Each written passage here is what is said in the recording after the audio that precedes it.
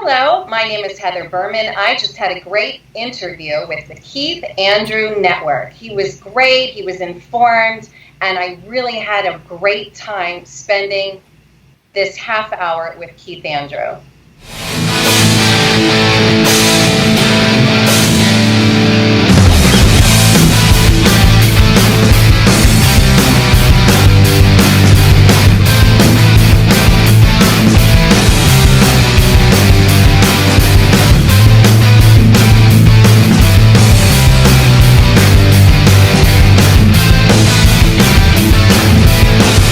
Ladies and gentlemen, you're watching the Keith Andrew Network, Season 1, remastered, redone, redefined in a brand new way. So that being said, I am your host, Keith Andrew. I'm here with Heather Berman. I just want to say thank you for being a guest on my talk show. Thanks for having me, Keith. No, the honor's all mine. For people who want to know what my talk show is about, the whole point of my talk show is to show people that even with having a learning disability, I can still amount to something, and at the same time, I'm able to turn myself into an example for people out there dealing with any types of learning disabilities and disabilities to never give up and prove people wrong. Prove to them that labels do not dictate who you are and who you're going to be, and to prove to them you still amount to something. So hashtag break the labels. That being said, half hour, 33 minutes of your time. I'm going to ask you some easy questions, some hard-hitting ones. Then we're going to take a break. I'm going to pass the show over to you. You can ask me anything you want. Supporting a good message, supporting a good cause, making a new friend out of it. Well, with that being With that being said, first thing I do want to talk to you about is on the list I made. You are a actor, dancer, model, former New York City rockette, and you are also a CEO. No, I think we cut out, and I didn't hear everything you said, so I have to ask you to repeat everything you just said. It cut right out. Yeah, not a problem. You are a professional actor, professional dancer, professional model, a former rockette, and you're a CEO. I'm not a CEO. I have a sole proprietorship, so I don't use that term. I would say with my company, I am the owner, and Okay. I am a entertainment curator. And I think that would be the proper label if you want to put a label on it. Sure, and let's start off with that one. What can you tell us about that? How did you get your own company? Well, with HB Productions, back in 07, before 07 actually, people kept asking me if I could choreograph this or do that or whatever. And so finally, I had an investor say to me, who knew me as a dancer and an actor, say, I think it's time you start your company. So I proceeded to, develop my website and actually make it more of a business and a business card and get my name, with New York State and all that kind of stuff. So, but it's a sole proprietorship, which is the best way to start, for a small boutique company. And basically, I've been in the entertainment business my whole life, so it just kind of makes sense that I can provide that same quality, high level of entertainment for, could be a corporate event or a private event. So it could be somebody's private event, could be at their home, as small as something at their home, or maybe they've rented a space and they want entertainment at that particular party, or it could be even a corporate launch of a product. So we've done all of that. Well, for I can't even speak, don't mind me. For a perfect example, what would you be interested in doing, like something for me? And what big companies have you worked with? Well, we did a huge launch in Times Square for Hewlett-Packard, and it was when they launched their touchscreen computer screen. And I worked with a company that is called Anti-Gravity, and they were kind of the larger entertainment company who hired a few of us smaller entertainment companies, and of course Hewlett-Packard hired him. So I was in charge of casting all of the Rockette-style precision dancers. I choreographed them, and I assisted the owner of Anti-Gravity with how were we going to dance in Times Square with high winds. My dancers not only were doing precision dance, but they also had giant placards that they had to flip in high wind situations, and those giant placards looked like a giant computer screen. So all the placards the ladies had, each one had a giant one, and they would flip them, and it would look like a full computer screen flipping. Now, high wind, ladies' hands, we were literally in an apartment flipping placards to figure out how do we do this, number one, to make it look beautiful, dance-like, number two, not to hurt the dancers, right? Because they're ladies. They're not, big, strong men, right? So I came up with the idea to go with the costume that was already designed by the costume maker, that we would have gloves that had rubber on them so that they could actually, feel the placard, but they're not going to ruin their hands. Their hands are not going to get ripped up by it, And then in the high wind situation, they could really hold on to the placard. It's not going to fall and slip out of their hands and go on the ground, right? We have to do the choreography. So that was something that I came up with, how it flips. Being a dancer, you just kind of are used to movement and how it will work without injury. This is the key thing, especially when you're doing, I would say, industrial type work, business theater, as we might call it, because you could be in situations that, you're not in a theater. You're on the street. You're on cement, you're in high wind, you're in Times Square. Dancers are notoriously on a Broadway stage or a theatrical stage. It's wood. Everything is taken care of, including the lighting is proper, the sound is proper, the temperature is proper. People don't realize that on a Broadway stage, you do not have dancers on a Broadway stage with temperatures above 70 degrees. It's set at 70. It's not going to be colder than that. 70 to 71 is what we need. Otherwise, we can get injured. We're athletes. And so, my job with my company is not only to provide the talent, but it's also to provide it in a safe way so that everybody is happy. I mean, can you imagine if, number one, the dancers got hurt from their end, but also from the business's side? They don't want to be liable for that. So you really have to think about every little detail because they don't know.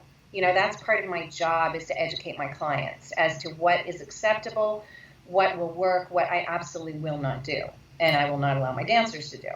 I also hire musicians. So, there's many pieces of the puzzle for musicians. You've got all the technical abilities. You have all of that has to be in place. It's very technical. Electronics and plugs and wire cables and sound and you name it, okay? Plus instruments that are heavy. Where are they going to park? It's just on. And you really need to know about that when you're booking talent and, again, educating your clients on everything that's involved, before these people come and make everybody have a wonderful time, which is what we do. We're the sparkle. But with that sparkle, there are details. Important details. So pretty much you don't want a temperature to be over like 75, have someone sweat on the floor, and you have like a pile up. Well, there could be any number of things that could happen. Like one time I had a client, I had ballroom dancers come, and it was a place, I don't want to get into what the business was, but they wanted them to dance on cement, and I said, we don't dance on cement. It's too dangerous. They're wearing high heels, they're wearing gowns. It's just not possible. So they built a stage. But guess what they forgot to do? They did not make the stage even. Yeah. It was raked because the ground was raked. They did not realize you can't dance on a raked stage, especially ballroom dance. Okay? And they put rubber on the stage. You do not ballroom dance or any dance on a rubber stage. It's not possible. Now, they worked around it, but when we got there, the doors were flung open. It was freezing out. Winter coat, like 60 degrees, maybe 55. They're in gowns. they're going to hurt themselves. Luckily, my dancers didn't walk out. So each time I have to say things that you would never think that anybody would put your talent through or have an expectation that they would even do this job. You now have to put it in the contract. So the contract keeps getting longer and longer and longer because you're like, no rubber on the stage, no food on the stage, no wet on the stage, no people on the stage. Literally, I have to put that kind of stuff into the contract. Or I need a private dressing room where men workers are not walking through the dressing room. You would think that would be common sense. Unfortunately, it is not. It has to be in the contract. I know it sounds crazy, but yes, you do have to put these common sense items into the contract. But besides all of these technical and kind of goofy things, it is my great joy to provide really high level quality talent, in a situation where people could be calling maybe a huge company. It's going to be 5 times more expensive. This is the other thing. When they call me, I have, I don't have a big giant, office and all of that. It cuts down on some of the expense. Plus, I'm direct to them. I know them. I see them perform. I go out to see them perform. I'm one of them. You see, most people who have these types of entertainment companies are not entertainers themselves. I'm still an actor. I still have agents. I still go to auditions. I still work in film, TV, commercials, print. So I have, a real understanding about both sides, the business person that's hiring you and what their needs are, or even a party planner's needs. And also I understand explicitly the needs of the talent in every respect. No, absolutely. Now, for like an example, say if I wanted to work with you, what ideas would you actually think would be beneficial? Hypothetically. Let's say you wanted to have a party maybe at your house or something. Is that what you mean? Well, I'm just saying, like, how can my talk show benefit from working from your company?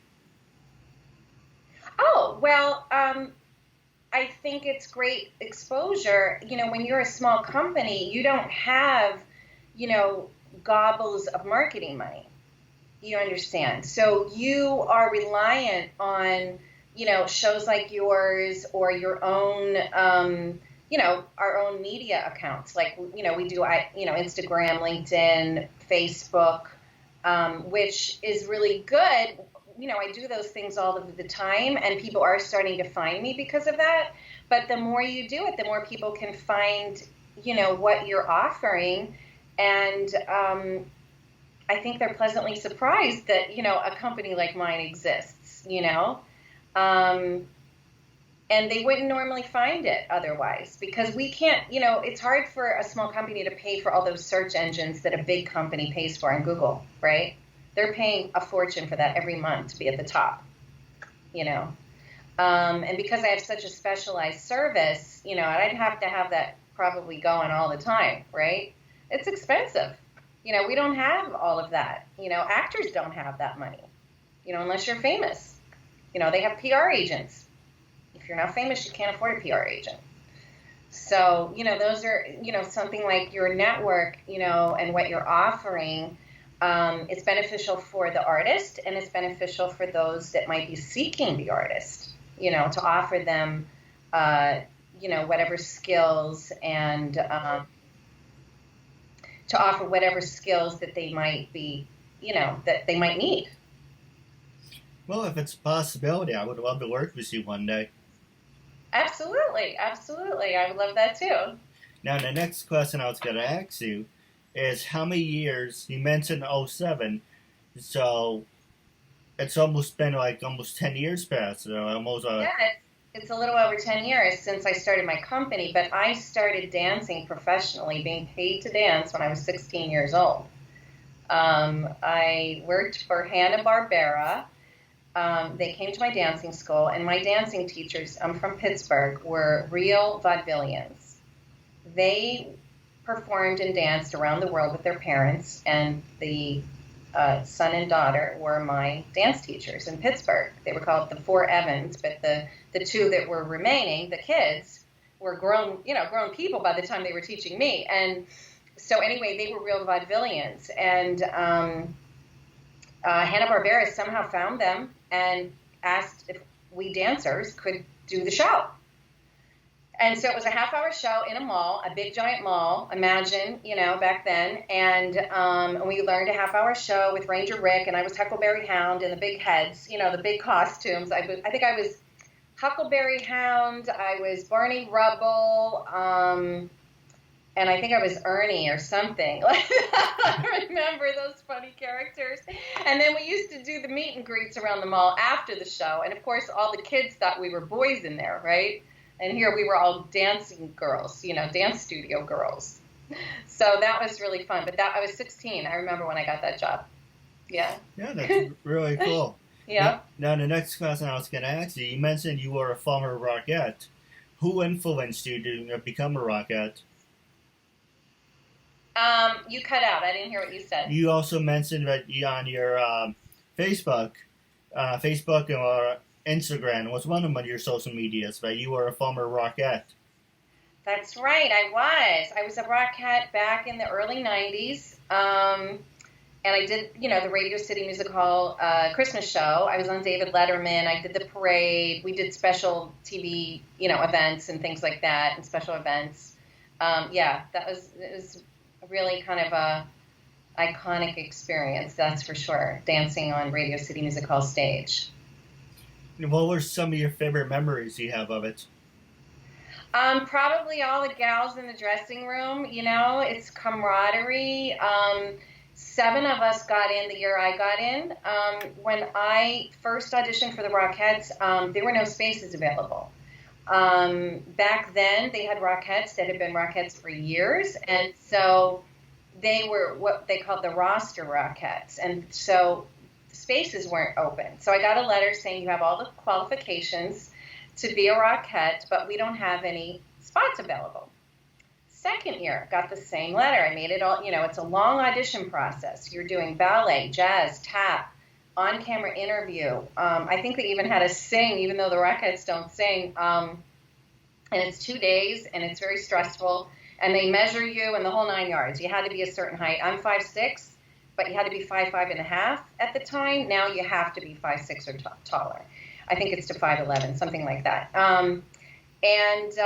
So anyway, finally, I was like, well, I hadn't planned to audition again, but I got another letter, and it invited me to the audition. So, of course, I went, and I got it. And 7 of us got in at the same time, and I knew a few of these ladies because, when you are at a certain level auditioning for Broadway and shows, you see the same people all the time. You all get called back. You're all up for jobs together, and there is a camaraderie. There's a level of respect, and, you kind of help each other and cheer each other on. So we were all excited that we finally got in. And so I remember that. And then just, seeing those smiling faces out there, you're up early, because sometimes we have a 9 a.m. show. You're in the bathtub the night before, soaking those muscles, from having done 4 shows the day before, And so, parents are bringing their kids, everyone's excited, and, there's a tradition. The Rockettes go back to the 30s. I used to watch them on the parade when I was a little girl. So it's a privilege, and you really work your whole life to be able to say that you became a Rockette, from the time I was a little girl, I was taking dancing class. No, absolutely. So, yeah, it's a pretty big deal. And so, it's stressful because you got to be perfect. You can't make a mistake. But it really has been, it was a wonderful experience. And it's really great with business because I think it informs people that you're professional and that you have attained a certain level, in the profession that you chose. I chose show business at a young age. I believe it's my sole purpose. As long as you're happy with what you're doing, that's all that matters. Yeah, well, I'm very happy, and I believe that I believe that if you are doing your soul purpose, you can help others to live their passions and seek their truth through whatever they do. I agree with that 100%.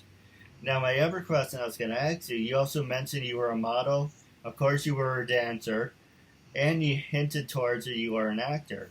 What was the very first thing, and this is going to the next subject I'm going to ask you, is social media. Can social media make you or break you? So with all your Facebook followers, LinkedIn followers, Instagram, all that, does that dictate if people should work with you, or does that help you if you get like a job or not? Oh yeah, I think it can help you in all of your jobs. Yeah, absolutely, because it's like your advertising, right? Um, yeah, absolutely. Social media can. With my print modeling, I'm not a fashion model. When I was younger, I did a little bit of showroom modeling, fitness, fitness gear, a little bit of lingerie because of my body structure. I have a certain very fit dancer body. So certain brands and certain type of brands would want, somebody like me, even though I'm not super tall and I don't look like a fashion model. I'm more of a print model. And then now that I'm older, I have agents that send me out for, it could be a print ad for, let's say, a pharmaceutical company or some type of a brand that would suit my age category and how I look, because you have to fit in. It's like, it's like a commercial, but it's in print. So, many of us actors do this work. We audition, and then you hope you get it. I'm on hold for something right now. I just auditioned for last week, so we'll wait and see if I get it. Yeah, Yeah, and congrats. it was for a cancer drug of some sort, and they wanted people that specifically could dance, do yoga, and have ability to move because within the ad there will be movement. Even though it's print, you understand. So yeah, so having those skills helps you. And then as an actor, I knew I wasn't going to dance my whole life. You can't dance your whole life. You're an athlete. So in my late 20s, I started studying acting. Meisner, trained for 2 years, speech and diction, Shakespeare, on camera, commercial classes. I did it all. I wanted to do it right and do it exactly as I did as a dancer. I started in ballet as a dancer. I went right to the source to study technique and have, what we call standard American English, which is what you need if you're going to do classics, stage, anything where you're going to really need good quality vocal ability. So I did all of that, and I'm really happy I did. I had incredible teachers, really, really incredible teachers here in New York City. Now, before I pass the show over to you, it's the last 10 minutes. I just came up with an idea that what other type of work does your company or the place you work for focus on? Like, do you do like speaking engagements? Do you do interviews? Do you do And my last question on top of that, okay, let's say this one first, and then I can ask you. So, pretty much the place you work for, do you interview people? Do you do short speaking engagements? What else do you guys do besides what you mentioned? Well, okay. So I don't work for a company. I have my own company. Yeah. Okay. So when people hire me, I work for them.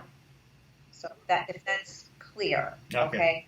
So yes, I have developed a what is termed in the industry a team building class, and what I do is I take ballroom and Latin dance, which is partner dance, and I take the Rockette kickline skills, right? And I take those skills and I teach them as a team building class for corporate and variety of different businesses. It could be a small business, a group of people, or it could be a very large group of corporate people. And I teach those skills of connecting, being in the moment, leadership. You cannot do a ballroom or Latin dance unless one leads and one follows. If the follower is not engaged with the leader can't lead. Yes. So I teach these kinds of skills. And it's very unique because people don't realize that all of that is going on when you see these wonderful ballroom and Latin dancers performing, right, with the glitz and the glamour, and you see the Rockette kick line. Do you realize what's behind all of that? It's being a team, right? And there's always a leader. Even with the Rockettes, you've got the choreographer. You've got, really having to pay attention. You have to use your peripheral vision. You have to use your, all of your skills that, we would teach in a dance class since we're little kids, that a lot of businesses and corporate people don't get that access. And I saw it because I've been an executive recruiter twice in my life, once with the boutique company on Park Avenue, and the second time when I had a dance injury, actually. I worked for a top 5 executive recruiting firm. So I've been exposed, doing trade shows. A lot of times people hire me to be a spokesperson and help sell at trade shows. So I've been around a lot of business in my life. And all of that has informed this class. Things that I see missing. I've done a lot of sales positions. If your sales team is not cohesive and you're not working as a team, how are you going to sell together?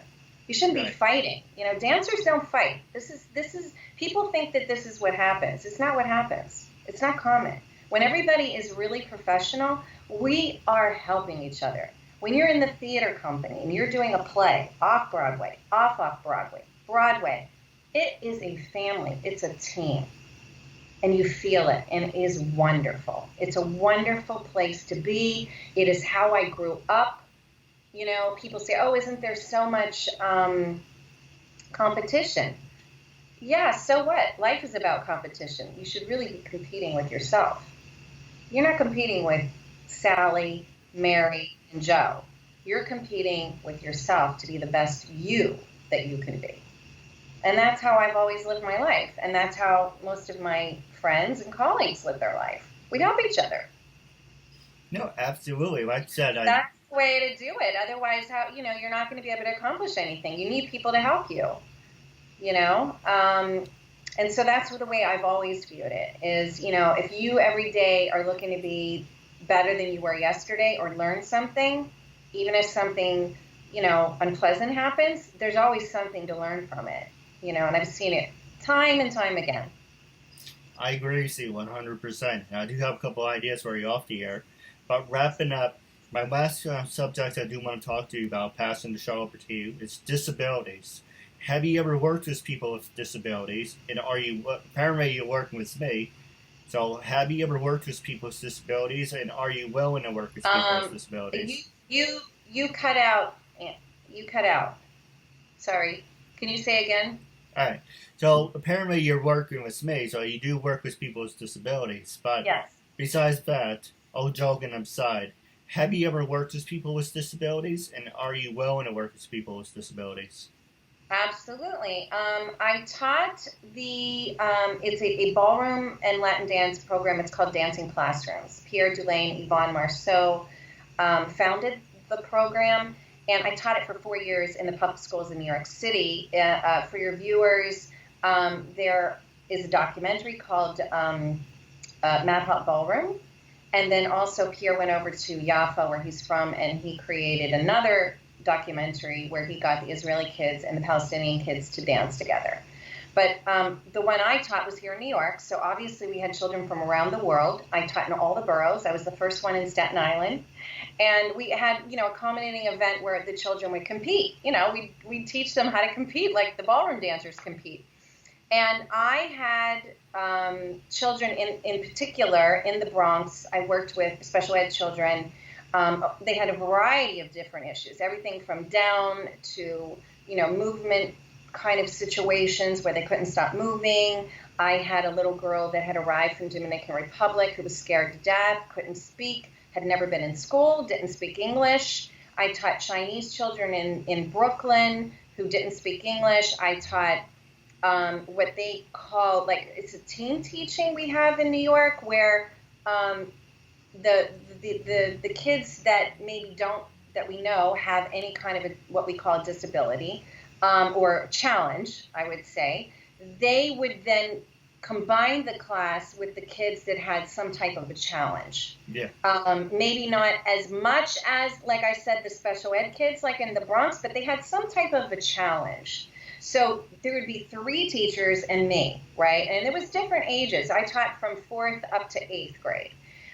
So that was kind of a part of the program, that we kind of learned how to, work with those children. And then, of course, I was informed by their teachers, because we never taught alone. The classroom teachers, who obviously have been trained for many years to work with special ed or disabilities, we worked with them. And it was wonderful. I did it for 4 years, and I saw just unbelievable things happen with these children. Unbelievable. It's just amazing what anybody can do when you give them an opportunity and you take your time to give them an opportunity and let them learn at their pace. And oh my goodness, I took these little kids, I must have worked with them 4 years up in the Bronx. They went from, afraid, couldn't touch each other, you name it, to being able to do the waltz. The waltz is not an easy dance. The waltz, tango, merengue, and fully performing it. Unbelievable, And there's a lot of emotional things that aren't diagnosed with children, especially in the public schools. So I think I had a variety of different notices, actually. There is an organization in the Bronx where they noticed my ability and they asked for me to teach there, because I think I have an ability to really bring my passion for what I do, and I think people respond to that. When you love what you do and you share it with somebody, I don't care what your disability is, people respond and it makes them happy. It just does. It's sparkly. It's happy. It's magic. And I would come in, because we had to wear a dress, I'd wear whatever, colorful clothes. I'd come in happy to be there. I couldn't wait to put on the music to dance with these kids. This is all people really want, whether you have a disability or you don't. The way I approached them was exactly how I approached the people who, quote unquote, didn't have a disability. With respect and energy and fully commitment, a full commitment to what I was doing,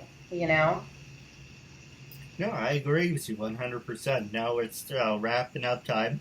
Do you have a couple questions for you off the air? First one is, how can people follow you on social media? Are you on LinkedIn, Twitter, YouTube? How can people, or any other websites I didn't mention for that matter? Yes, well, I have HeatherBerman.com, and Berman is Berman, right? It's my name.com. And if you're on a phone, I have to actually fix my landing page because it's Flash.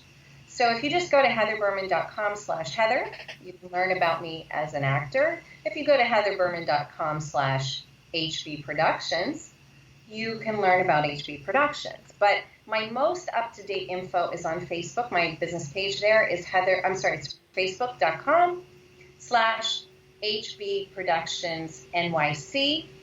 I have Instagram, and that's Heather Berman NYC. LinkedIn is Heather Berman. Twitter is Heather Berman NY. I'm all over the internet. If you can't find me, you're not looking. Get in touch. If you want entertainment or you would like a class, I offer different types of classes. I also have a team.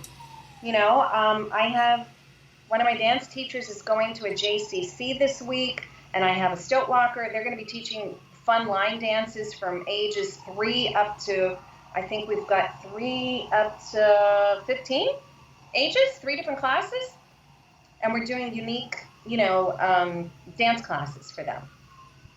Line dancing. So I do a variety of things. It could be from choreography for someone's music video to launching some wonderful product for a giant corporation. It's really across the board. The other thing is with nonprofits or senior centers, obviously we bring the price down for them. You know, we do a lot of things. You know, I've also given back where, you know, when there's a silent auction, I'll offer, you know, dance lessons that are worth, you know, actually a pretty big sum for a private lesson. And it's always the most popular item. So I love doing that as well. No, absolutely. My last question for you, wrapping up. When I first approached you to be a guest in my talk show, what was your first reaction and what made you say yes? I was honored that you chose me. And I thought, wow, you know, this guy's being creative. He's doing what he loves. He's presenting the kind of content that he really enjoys and most likely his viewers enjoy. And I love a proactive person. And, you know, why wouldn't I want someone to ask me questions about my career? I'm proud of my career. And I think that anybody who gives you a platform to speak about something positive and something that you're passionate about, you say yes. Thank you. Thank you. That's what you do. You say thank you. Yes. Yeah, I appreciate it. I do have a couple questions for you off the air. But wrapping up our interview segment, it was a real honor and privilege having you as a guest. And I'm looking forward to part 2 down the road. Thank you so much. I really appreciate it. And it's been a pleasure. Thanks for inviting me on your show. Hi, I'm Marissa Joy Davis. This is Michelle Wong. And I'm Nancy Rose. My name is Brandy Hunt. And hello, my name is Raven Wynn. Hi there. My name is Giovanna Vidal. Hi, I'm Monica Thomas. Hi, I'm Paisley Blackburn. I'm Ashley Burgess. Hi, my name is Jeanette Abney. Hi, I'm Sharon Spank. Hey, this is Samantha Moore. Hi, I'm Melody Jones. Hi, my name is Becky Yee. Hi, you're watching the Keith Andrew Network.